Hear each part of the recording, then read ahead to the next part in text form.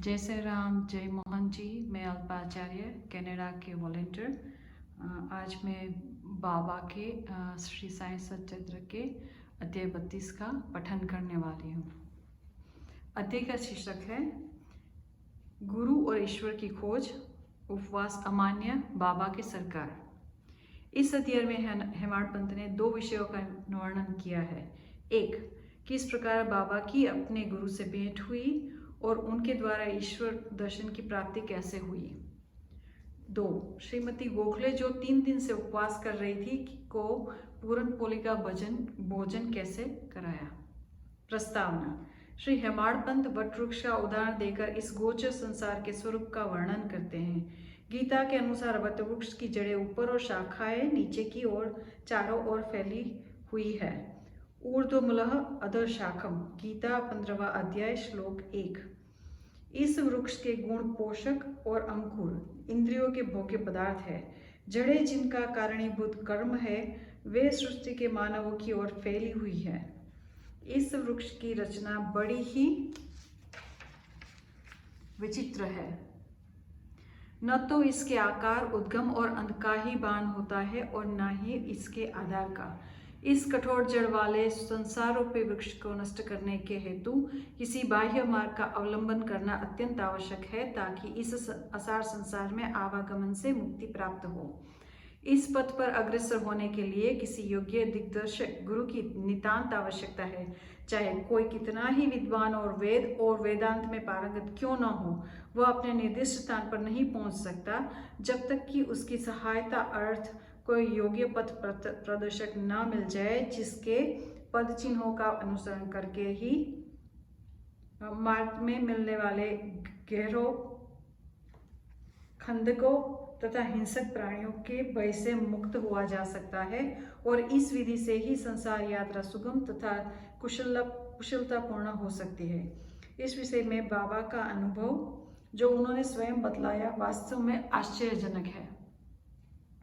यदि हम इसका ध्यानपूर्वक अनुसरण करें तो हमें निश्चय ही श्रद्धा, भक्ति और मुक्ति प्राप्त होगी। अन्वेषण। एक समय हम 4 सहयोगी मिलकर धार्मिक एवं अन्य पुस्तकों का अध्ययन कर रहे थे। इस प्रकार प्रबुद्ध होकर हम लोग ब्रह्म के मूल स्वरूप पर विचार करने लगे। एक ने कहा कि हमें स्वयं ही जागृति करनी चाहिए, दूसरों पर निर्भर रहना हमें उचित नहीं है। इस पर दूसरे ने कहा कि जिसने मनोविग्रह कर लिया है वह धन्य है। हमें अपने संकीर्ण विचारों व भावनाओं से मुक्त होना चाहिए क्योंकि इस संसार में हमारे अतिरिक्त और कुछ भी नहीं है। तीसरे ने कहा कि यह संसार सदैव परिवर्तनशील है, केवल निराकार ही शाश्वत है, अतः हमें सत्य और असत्य में विवेक करना चाहिए। तब चौथे स्वयं बाबा ने कहा कि केवल पुस्तकीय ज्ञान से कोई लाभ नहीं, हमें तो अपना कर्तव्य करते रहना चाहिए। दृढ़ विश्वास और पूर्ण निष्ठापूर्वक हमें अपना तन, मन, धन और पंच प्राण आदि सर्वव्यापक गुरुदेव को अर्पण कर देना चाहिए। गुरु भगवान है, सबका पालनहार है। इस प्रकार वाद विवाद के उपरांत हम चारों सहयोगी वन में ईश्वर की खोज पर निकले। हम 4 विद्वान बिना किसी की सहायता लिए केवल अपनी स्वतंत्र बुद्धि से ही ईश्वर की खोज करना चाहते थे। मार्ग में हमें एक बंजारा मिला जिसने हम लोगों को पूछा कि हे सज्जनों, इतनी धूप में आप लोग किस ओर प्रस्थान कर रहे हो। प्रत्युत्तर में हम लोगों ने कहा कि वन की ओर। उसने पुनः पूछा, कृपया यह तो बतलाइए कि वन की ओर जाने का उद्देश्य क्या है। हम लोगों ने उसे टाल मटोल वाला उत्तर दे दिया। हम लोगों को निर्देश्य सघन भयानक जंगल में भटकते देखकर उसे दया आ गई। तब उसने अति विनम्र होकर हम लोगों से निवेदन किया कि आप लोग अपनी गुप्त खोज का हेतु चाहे मुझे ना बतलाए, किंतु मैं प्रत्यक्ष देख रहा हूं कि मध्याह्न के प्रचंड मार्तन की तीव्र किरणों की उष्णता से आप लोग अधिक कष्ट पा रहे हैं। कृपया यहाँ पर कुछ क्षण विराम कर जलपान कर लीजिए। आप लोगों को सूर्योदय तथा नम्र होना चाहिए। बिना पथ प्रदर्शक के इस अपरिचित भयानक वन में भटकने फिरने से कोई लाभ नहीं है। यदि आप लोगों की तीव्र इच्छा ऐसी ही है तो कृपया कोई योग्य पथ प्रदर्शक को साथ ले ले। उसकी विनम्र प्रार्थना पर ध्यान न देकर हम लोग आगे बढ़े। हम लोगों ने विचार किया कि हम स्वयं ही अपना लक्ष्य प्राप्त करने में समर्थ है, तब फिर हमें किसी के सहारे की आवश्यकता नहीं है। जंगल बहुत विशाल और पथहीन था। वृक्ष इतने ऊंचे और घने थे कि सूर्य की किरणों भी वहां तक पहुंच पाना कठिन था। सूर्य की किरणों का भी वहां पहुंच सकना कठिन था। परिणाम यह हुआ कि हम मार्ग भूल गए और बहुत समय तक यहाँ वहां भटकते रहे। भाग्यवश हम लोग पुनः उस स्थान पर जा पहुंचे जहां से पहले प्रस्थान किया था। तब वही बंजारा हमें पुनः मिला और कहने लगा कि अपने चातुर्य पर विश्वास कर, आप लोगों को पथ की विस्तृति हो गई है। प्रत्येक कार्य में, चाहे वह बड़ा हो या छोटा, मार्गदर्शक आवश्यक है। ईश्वर प्रेरणा के अभाव में सत्य पुरुषों से भेंट होना असंभव है। भूखे रहकर कोई कार्य पूर्ण नहीं हो सकता, इसलिए यदि कोई आग्रहपूर्वक भोजन के लिए आमंत्रित करे तो उसे अस्वीकार ना करो। भोजन तो भगवान का प्रसाद है और उसे ठुकराना उचित नहीं। यदि कोई भोजन के लिए आग्रह करे तो उसे अपनी सफलता का प्रतीक जानो। इतना कहकर उसने भोजन के लिए पुनः अनुरोध किया। फिर भी हम लोगों ने उनके अनुरोध की उपेक्षा कर भोजन करना अस्वीकार कर दिया।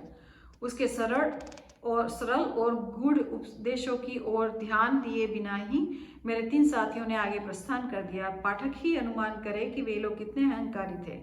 मैं क्षुधा और तृष्णा से अत्यंत व्याकुल था ही। बंजारे के अपूर्व प्रेम ने भी मुझे आकर्षित कर दिया। यद्यपि हम लोग अपने को अत्यंत विद्वान समझते हैं, परंतु दया एवं कृपा किसे कहते हैं, उससे सर्वथा अनभिज्ञ थे। बंजारा था तो एक शुद्ध, अनपढ़ और गंवार, परंतु उसके दिल में महान दया थी, जिसने बार बार भोजन के लिए आग्रह किया। जो दूसरों पर निस्वार्थ प्रेम करता है, सचमुच में वे ही महान है। मैंने सोचा कि इसका आग्रह स्वीकार कर लेना ज्ञान प्राप्ति के हेतु शुभ आह्वान है, और मैंने उसी कारण उसके दिए हुए रूखे सूखे भोजन को आदर व प्रेम पूर्वक स्वीकार किया। क्षुधा निवारण होते ही क्या देखता हूँ कि गुरुदेव तुरंत ही समक्ष प्रकट हो गए और प्रश्न करने लगे कि ये सब क्या हो रहा है। घटित घटना मैंने तुरंत ही उन्हें सुना दी। उन्होंने आश्वासन दिया कि मैं तुम्हारे हृदय की समस्त इच्छाएं पूर्ण कर दूंगा, परंतु जिसका विश्वास मुझ पर होगा, सफलता केवल उसी को प्राप्त होगी। मेरे तीनों सहयोगी तो उनके वचन पर अविश्वास कर वहां से चले गए। तब मैंने उन्हें आदर से प्रणाम किया और उनकी आज्ञा मानना स्वीकार कर लिया। तत्पश्चात वे मुझे एक कुएं के समीप ले गए और रस्सी से मेरे पैर बांधकर मुझे कुएं में उल्टा लटका दिया। मेरा सर नीचे और पैर ऊपर को था। मेरा सिर जल से लगभग 3 फुट की ऊंचाई पर था। न मैं हाथों के द्वारा जल ही छू सकता था और न मुंह में ही उसके जाने की कोई संभावना थी। मुझे इस प्रकार उल्टा लटका कर वे न जाने कहाँ चले गए। लगभग 4-5 घंटों के उपरांत वे लौटे और उन्होंने मुझे शीघ्र ही कुएं से बाहर निकाला। फिर वे मुझसे पूछने लगे कि तुम्हें वहां कैसा अनुभव हो रहा था। मैंने कहा, मैं परम आनंद का अनुभव कर रहा था। मेरे समान मूर्ख प्राणी भला ऐसे आनंद का वर्णन कैसे कर सकता है। मेरा उत्तर सुनकर मेरे गुरुदेव अत्यंत ही प्रसन्न हुए और उन्होंने मुझे अपने हृदय से लगाकर मेरी सराहना की और मुझे अपने संग ले लिया। एक चिड़िया अपने बच्चों का जितनी सावधानी से लालन पालन करती है, उसी प्रकार उन्होंने मेरा भी पालन किया। उन्होंने मुझे अपनी शाला में स्थान दिया। कितनी सुंदर थी वह शाला। वहां मुझे अपने माता पिता की भी विस्मृति हो गई। मेरे समस्त अन्य आकर्षण दूर हो गए और मैंने सरलतापूर्वक बंधनों से मुक्ति पाई। मुझे सदा ऐसा ही लगता था कि उनके हृदय से ही चिपके रहकर उनकी ओर ही निहारा करूं। यदि उनकी भव्य मूर्ति मेरी दृष्टि में न समाती तो मैं अपने को नेत्रहीन ही होना अधिक श्रेयस्कर समझता। ऐसी प्रिय थी वह शाला कि वहां पहुंचकर कोई भी कभी खाली हाथ नहीं लौटा। मेरी समस्त निधि, घर, संपत्ति, माता पिता या क्या कहूँ, वे ही मेरी सर्वस्व थे। मेरी इंद्रियां अपने कर्मों को छोड़कर मेरे नेत्रों में केंद्रित हो गई और मेरे नेत्र उन पर। मेरे लिए तो गुरु ऐसे हो चुके थे कि दिन रात में उनके ही ध्यान में निमग्न रहता था। मुझे किसी भी बात की सुध न थी। इस प्रकार ध्यान और चिंतन करते हुए मेरा मन और बुद्धि स्थिर हो गई। मैं स्तब्ध हो गया और उन्हें मानसिक प्रणाम करने लगा। अन्य और भी आध्यात्मिक केंद्र है जहाँ एक भिन्न ही दृश्य देखने में आता है। साधक वहाँ ज्ञान प्राप्त करने को जाता है तथा द्रव्य और समय का अपव्यय करता है, कठोर परिश्रम भी करता है, परंतु अंत में उसे पश्चाताप ही हाथ लगता है। वहाँ गुरु अपने गुप्त ज्ञान भंडार का अभिमान प्रदर्शित करते हैं और अपने को निष्कलंक बतलाते हैं। वे अपनी पवित्रता और शुद्धता का अभिनय तो करते हैं, परंतु उनके अंतःकरण में दया लेश मात्र ही नहीं होती। वे उपदेश अधिक देते हैं और अपनी कीर्ति का स्वयं ही गुणगान करते हैं, परंतु उनके शब्द हृदय वेदी नहीं होते। इसीलिए साधकों को संतोष प्राप्त नहीं होता। जहाँ तक आत्मदर्शन का प्रश्न है, वे उनसे कोसों दूर रहते। इस प्रकार के केंद्र साधकों को उपयोगी कैसे सिद्ध हो सकते हैं और उनसे किस उन्नति की आशा कोई कहाँ तक कर सकता है। जिन गुरु के श्री चरणों का मैंने अभी वर्णन किया है, वे भिन्न प्रकार के ही थे। केवल उनकी कृपा दृष्टि से मुझे स्वतः ही अनुभूति प्राप्त हो गई तथा मुझे न कोई प्रयास और न ही कोई विशेष अध्ययन करना पड़ा। मुझे किसी भी वस्तु के खोजने की आवश्यकता नहीं पड़ी, वरन प्रत्येक वस्तु मुझे दिन के प्रकाश के समान उज्जवल दिखाई देने लगी। केवल वे गुरु ही जानते हैं कि किस प्रकार उनके द्वारा कुएं में मुझे उल्टा लटकाना मेरे लिए परमानंद का कारण सिद्ध हुआ। उन 4 सहयोगी में से एक महान कर्मकांडी था। किस प्रकार कर्म करना और उससे अलिप्त रहना यह उसे भली भांति ज्ञात था। दूसरा ज्ञानी था जो सदैव ज्ञान के अहंकार में चूर रहता था। तीसरा ईश्वर भक्त था जो कि अनन्य भाव से भगवान के शरणागत हो चुका था तथा उसे ज्ञात था कि ईश्वर ही करता है। जब वे इस प्रकार विचार विनिमय कर रहे थे, तभी ईश्वर संबंधी प्रश्न उठ पड़ा तथा वे बिना किसी की सहायता प्राप्त किए अपने स्वतंत्र ज्ञान पर निर्भर रहकर ईश्वर की खोज में निकल पड़े। श्री साईं जो विवेक और वैराग्य की प्रत्यक्ष मूर्ति थे, उन चारों लोगों में सम्मिलित थे। यहाँ कोई शंका कर सकता है कि जब साईं स्वयं ही ब्रह्म के अवतार थे, तब वे उन लोगों के साथ क्यों सम्मिलित हुए और क्यों उन्होंने अब ऐसा आचरण किया। स्वयं अवतार होते हुए भी और यह दृढ़ धारणा कर कि अन्न ही ब्रह्म है, उन्होंने एक शूद्र बंजारे के भोजन को सहर्ष स्वीकार किया तथा बंजारे के भोजन के आगर की उपेक्षा करने और बिना गुरु से के ज्ञान प्राप्त करने वाले की क्या दशा होती है, इसका उनके समक्ष एक उदाहरण प्रस्तुत किया। श्रुति तैत्तरीय उपनिषद का कथन है कि हमें माता पिता तथा गुरु का आदर से पूजन कर धार्मिक ग्रंथों का अध्ययन करना चाहिए। ये चित्त शुद्धि के मार्ग है और जब तक चित्त की शुद्धि नहीं होती, तब तक आत्मानुभूति की आशा व्यर्थ है। आत्मा इंद्रियों, मन और बुद्धि से परे है। इस विषय में ज्ञान और तर्क हमारी कोई सहायता नहीं करते। केवल गुरु कृपा से ही सब कुछ संभव है। धर्म, अर्थ और काम की प्राप्ति अपने प्रयत्न से हो सकती है, परंतु मोक्ष की प्राप्ति तो केवल गुरु कृपा से ही संभव है। श्री साईं के दरबार में तरह तरह के लोगों का दर्शन होता था। देखो, ज्योतिषी लोग आ रहे हैं और भविष्य का बखान कर रहे हैं। दूसरी ओर राजकुमार, श्रीमान, संपन्न और निर्धन, सन्यासी, योगी और गवैया दर्शनार्थ चले आ रहे हैं। यहाँ तक कि एक अतिशूद्र भी दरबार में आता था और प्रणाम करने के पश्चात कहता था कि साईं ही मेरे माँ या बाप है और वे जन्म मृत्यु के चक्र से मुझे छुटकारा कर देंगे। और भी अनेकों तमाशा करने वाले, कीर्तन करने वाले, अंधे, पंगु, नाथपंथी, नर्तक व अन्य मनोरंजन करने वाले दरबार में आते थे, जहाँ उनका उचित मान किया जाता था। और इस प्रकार उपयुक्त समय पर वह बंजारा भी प्रकट हुआ और जो अभिनय उसे सौंपा गया था उसने उसको पूर्ण किया। हमारे विचार में कुएं में 4-5 घंटे उल्टे लटके रहना, इससे सामान्य घटना नहीं समझनी चाहिए, क्योंकि ऐसा कोई विरला ही होगा जो इस प्रकार इतने अधिक समय तक रस्सी से लटकाए जाने पर कष्ट का अनुभव न कर परमानंद का अनुभव करे। इसके विपरीत उसे पीड़ा होने की ही संभावना अधिक है। ऐसा प्रतीत होता है कि समाधि अवस्था का ही यहाँ चित्रण किया गया है। आनंद 2 प्रकार के होते हैं, प्रथम ऐन्द्रिक और द्वितीय आध्यात्मिक। ईश्वर ने हमारी इंद्रियों व तन मन की प्रवृत्ति की रचना बाह्यमुखी की है और जब वे इंद्रिया और मन अपने विषय पदार्थों में संलग्न हो जाती है, तब हमें इंद्रिय चैतन्यता प्राप्त होती है, जिसके फलस्वरूप हमें सुख या दुख का पृथक या दोनों का सम्मिलित अनुभव होता है, ना कि परम आनंद का। जब इंद्रियों और मन को उनके विषय पदार्थों से हटाकर अंतर्मुख कर आत्मा पर केंद्रित किया जाता है, तब हमें आध्यात्मिक बोध होता है और उस समय के आनंद का मुख से वर्णन नहीं किया जा सकता। मैं परमानंद में हूँ और उस समय का वर्णन मैं कैसे कर सकता हूँ। इन शब्दों से ध्वनित होता है कि गुरु ने उन्हें समाधि अवस्था में रखकर चंचल इंद्रियों और मन स्वरूपी जल से दूर रखा। उपवास और श्रीमती गोखले। बाबा ने स्वयं कभी उपवास नहीं किया, ना ही उन्होंने दूसरों को करने दिया। उपवास करने वाले का मन कभी शांत नहीं रहता, तब उन्हें परमात्मा की प्राप्ति कैसे संभव है। प्रथम आत्मा की तृप्ति होना आवश्यक है। भूखे रहकर ईश्वर की प्राप्ति नहीं हो सकती। यदि शरीर में कुछ अन्न की ऊर्जा न हो तो हमें कौन सी आंख से ईश्वर का दर्शन करेंगे, किस जिह्वा से उनकी महानता का वर्णन करेंगे और किन कानों से उसका श्रवण करेंगे। सारांश यह कि जब समस्त इंद्रियों को यथेष्ट खुराक और शांति मिलती है, तब जब वे बलिष्ठ रहती है, तब ही हम भक्ति और ईश्वर प्राप्ति की अन्य साधनाएं कर सकते हैं। इसीलिए न तो हमें उपवास करना चाहिए और न ही अधिक भोजन। भोजन में संयम रखना शरीर और मन दोनों के लिए उत्तम है।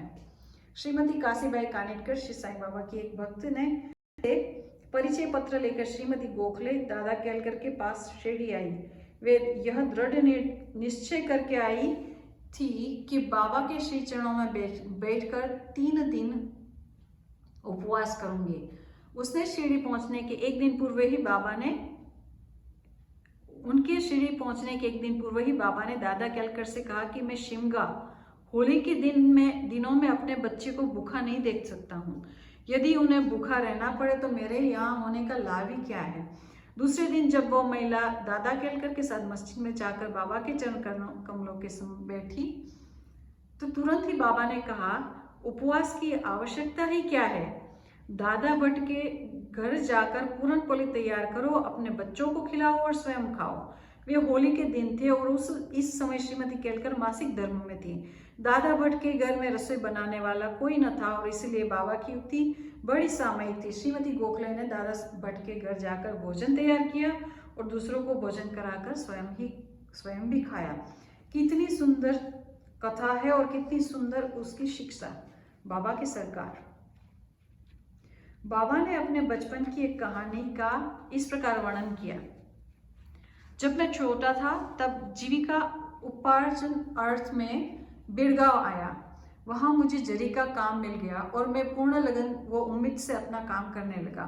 मेरा काम देखकर सेठ बहुत ही प्रसन्न हुआ। मेरे साथ 3 लड़के और भी काम करते थे। पहले का काम 50 रुपये का, दूसरे का 100 रुपये का और तीसरे का 150 रुपये का हुआ। मेरा काम उन तीनों से दुगना हो गया। मेरी निपुणता देखकर सेठ बहुत ही प्रसन्न हुए और वह मुझे अधिक चाहता था और मेरी प्रशंसा भी करता रहता था। उसने मुझे एक पूरी पोशाक प्रदान की जिसमें शीर्ष के लिए एक पगड़ी और शरीर के लिए एक शैला भी था। मेरे पास वह पोशाक वैसी ही रखी रही।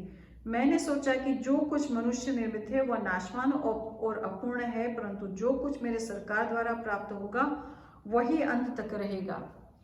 किसी भी मनुष्य के उपहार की उससे समानता संभव नहीं है। मेरे सरकार कहते हैं कि ले जाओ। लोग मेरे पास आकर कहते हैं मुझे दो मुझे दो, परंतु जो कुछ मैं कहता हूँ उसके अर्थ पर कोई ध्यान देने का प्रयत्न नहीं करता। मेरे सरकार का खजाना आध्यात्मिक भंडार भरपूर है और वह बह रहा है। मैं तो कहता हूँ कि खोद कर गाड़ी में भरकर लेके जाओ। जो सच्ची माँ का लाल है उसे स्वयं ही भरना चाहिए। मेरे फकीर की कला, मेरे भगवान की लीला और मेरे सरकार का बर्ताव सर्वथा अद्वितीय है। मेरा क्या, यह शरीर मिट्टी में मिलकर सारे भूमंडल में व्याप्त हो जाएगा तथा फिर यह अवसर कभी प्राप्त न होगा।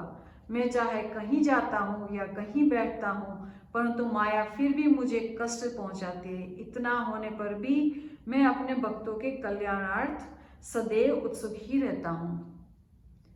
जो कुछ भी कोई करता है एक दिन उसका फल उसको अवश्य प्राप्त होगा और जो मेरे इन वचनों को याद रखेगा उसे मौलिक आनंद की प्राप्ति होगी।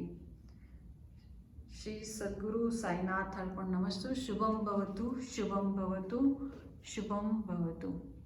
ओम साई राम। जय मोहन जी।